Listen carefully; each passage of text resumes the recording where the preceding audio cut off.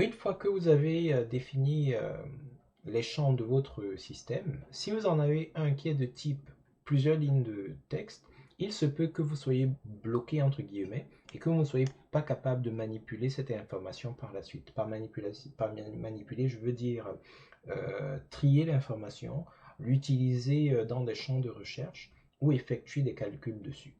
Mais disons que vous aviez déjà saisi les informations, comme c'est par exemple le cas ici, et vous tenez absolument, mais alors absolument, à effectuer des traitements sur cette colonne. Quels sont les recours qui sont à votre disposition? C'est ce qu'on va essayer de voir aujourd'hui.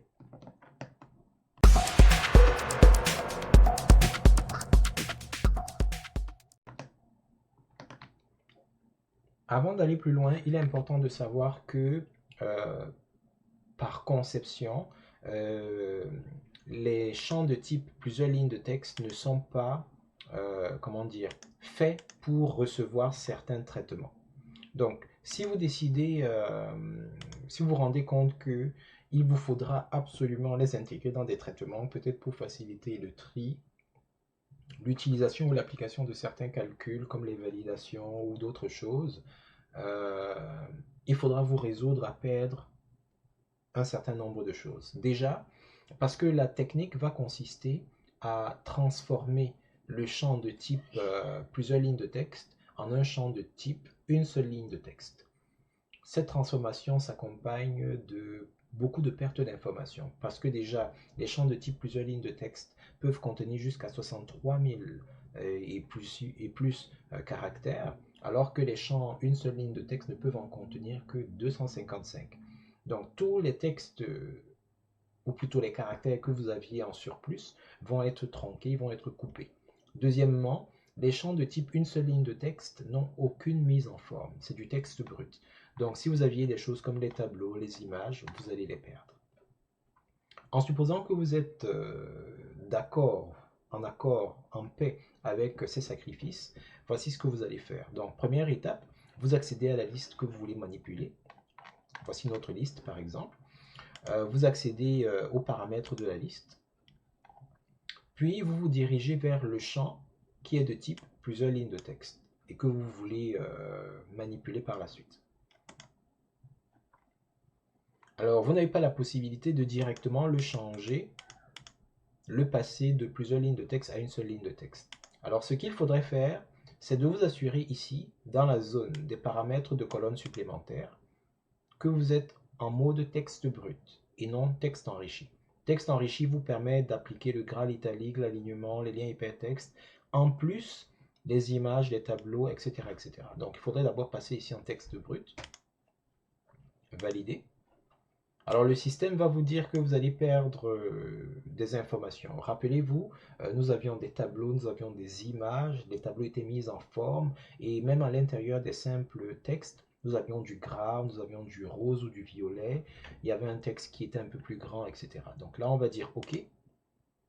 Si on revient sur la liste, nos images ont disparu, les tableaux ont disparu, les informations qui étaient dans les tableaux sont toujours là, vous pouvez voir les valeurs qui étaient dans notre tableau, mais l'image a disparu, les liens ont disparu, il n'y a plus de gras, il n'y a plus d'italique, il n'y a plus de rouge, etc. Mais jusqu'à présent, une seule ligne de texte, on peut trier, filtrer. Plusieurs lignes de texte, on ne peut rien faire de cela. Ok. Donc il nous faut encore repartir dans les paramètres de la liste, sélectionner le champ. Et là maintenant, vous allez vous rendre compte que comme on est en mode texte brut, on a la possibilité de changer le type ici.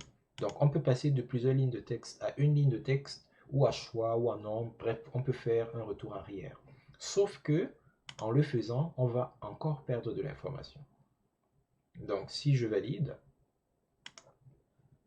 il nous prévient qu'on va perdre de l'information, et ce sera principalement du tronquage, parce que le maximum de caractères qu'on peut accepter, c'est 255. Donc tout ce qui est dans nos champs au-delà du 255e caractère va disparaître. Alors si on fait OK et qu'on revient, vous voyez notre liste qui arrivait quelque part ici vers le bas. Elle tient maintenant désormais en deux lignes. Ici, vous pouvez voir clairement que ça a été coupé. Là également, ça a été coupé, ça a été coupé là. Cependant, si on revient ici, on peut trier. on peut appliquer des filtres. Si on revient là, idem, on peut trier, on peut appliquer des filtres. Si on revient ici, là, dans les paramètres de la liste, si on veut créer une colonne de type valeur calculée, bien entendu, on peut utiliser les champs de type une ligne, mais également ceux qui étaient à l'époque de type plusieurs lignes de texte sont utilisables. Et c'est de cette même manière qu'on peut les utiliser dans les recherches, dans d'autres listes, etc., etc. Alors, c'est bien possible de revenir en arrière à condition que vous soyez prêt à perdre de l'information sensible. Ça, c'est la méthode simple qui n'utilise pas de code de programmation. Mais si vous tenez à vos informations, en manipulant SharePoint Designer, en jouant un peu avec le code, vous êtes capable d'arriver à faire de quoi. Mais ce n'était pas l'objet de cette vidéo. On se retrouvera donc dans d'autres vidéos pour éventuellement aborder cet autre aspect de la chose.